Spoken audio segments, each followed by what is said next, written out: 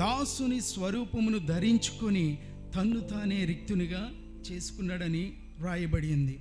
దైవ చిత్తము నెరవేర్చడం కొరకు యేసు చేసినటువంటి ఈ యొక్క విజ్ఞాపనలో దేవుని స్వభావమైన క్షమాగుణం ఉంది.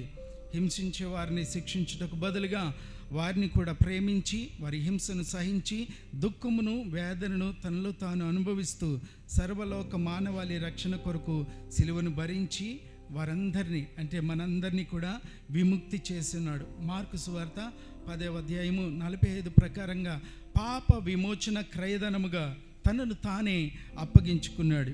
అలాగే 1 పేతురు 2వ అధ్యాయము 22-23 వచనాల్లో చూస్తే ఆయనలో ఏ పాపము లేదు, ఆయనలో ఏ కపటము లేదు. దూషించబడి కూడా బదులు దూషింపక, శ్రమ పెట్టబడి బెదిరింపక, న్యాయముగా తీర్పు తీర్చు దేవునికి తనను తాను అప్పగించున్నట్లుగా వాక్యము సెలవిస్తూ ఉంది. అదే రోమీయులకు రాసినటువంటి పత్రిక 8వ అధ్యాయము 9వ వచనంలో చూస్తే దేవుని ఆత్మ మీలో నివసించిన యెడల మీరు ఆత్మ స్వభావము గలవారే కానీ శరీర స్వభావము కలవారు కారు అని వాక్యం సెలవిస్తుంది. ఇక్కడ మనల్ని మనము పరిశీలించుకోవచ్చండి.